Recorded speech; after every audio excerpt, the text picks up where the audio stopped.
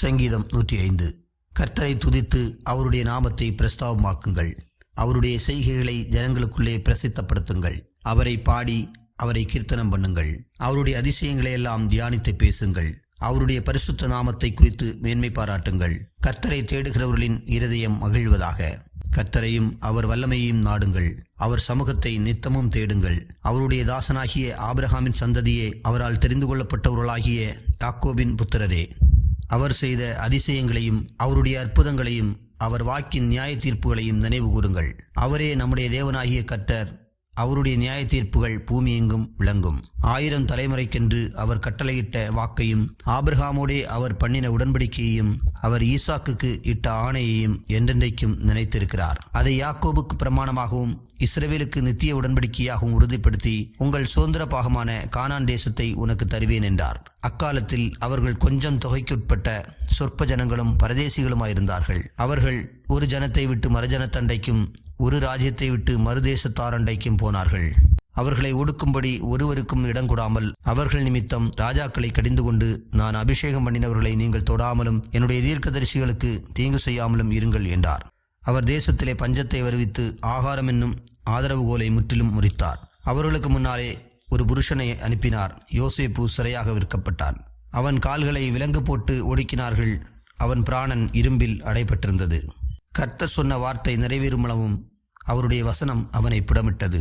ராஜா ஆள் அனுப்பி அவனை கட்டவிழ்க்கச் சொன்னான். ஜனங்களின் அதிபதி அவனை விடுதலை பண்ணினான். தன் பிரபுக்களை அவன் மனதின்படி கட்டவும் தன் மூப்பர்களை ஞானிகளாக்கவும் அவனை தன் வீட்டுக்கு ஆண்டவனும் தன் ஆஸ்திக்கெல்லாம் அதிபதியுமாக்கினான். அப்பொழுது இஸ்ரவேல் எகிப்துக்கு வந்தான். யாக்கோபு காமின் தேசத்திலே பரதேசியாயிருந்தான். அவர் தம்முடைய ஜனங்களை மிகவும் பலுக பண்ணி அவர்களுடைய சத்துருக்களை பார்க்கிலும் அவர்களை பலவான்களாக்கினார். தம்முடைய ஜனங்களை பகைக்கவும் தம்முடைய ஊழியக்காரரை வஞ்சனையாயும் நடத்தவும் அவர்களுடைய இருதயத்தை மாற்றினார். தம்முடைய தாசனாகிய மோசேயையும் தாம் தெரிந்து கொண்ட ஆரோனையும் அனுப்பினார். இவர்கள் அவர்களுக்குள் அவருடைய அடையாளங்களையும் காமின் தேசத்திலே அற்புதங்களையும் செய்தார்கள். அவர் இருளை அனுப்பி அந்தகாரத்தை உண்டாக்கினார். அவருடைய வார்த்தைகளை எதிர்ப்பாரில்லை. அவருடைய தண்ணீர்களை இரத்தமாக மாற்றி அவருடைய மச்சங்களை சாக பண்ணினார்.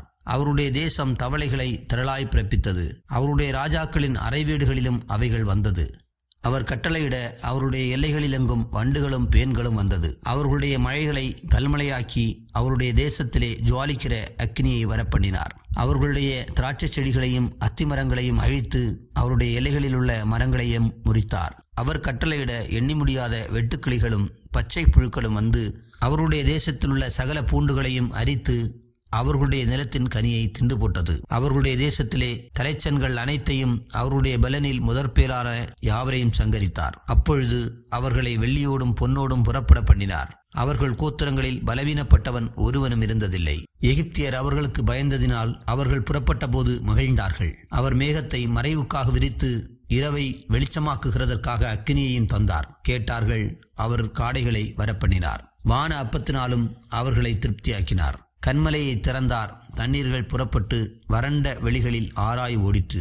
அவர் தம்முடைய பரிசுத்த வாக்குத்தத்தத்தையும் தம்முடைய தாசனாகிய ஆபிரகாமையும் நினைத்து தம்முடைய ஜனத்தை களிப்போடும் தாம் தெரிந்து கொண்டவர்களை கம்பீர சத்தத்தோடும் புறப்பட பண்ணி தமது கட்டளைகளை காத்து நடக்கும்படிக்கும் தமது நியாயப்பிரமாணங்களை கைக்கொள்ளும்படிக்கும் அவர்களுடைய புறஜாதிகளுடைய தேசங்களை கொடுத்தார். அந்நிய ஜனங்களுடைய பிரயாசத்தின் பலனை சுதந்திரித்துக் கொண்டார்கள். அல்லேலூயா.